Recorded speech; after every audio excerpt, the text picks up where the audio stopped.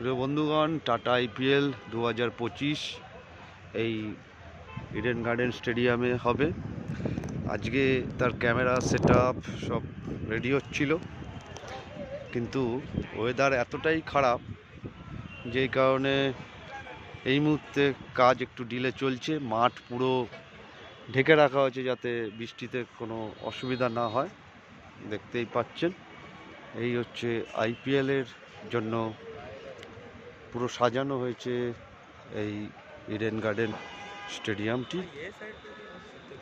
দেখুন, আকাশের অবস্থা খুবই শোচনীয়, কাজ পুরো ডিলে হয়ে আছে।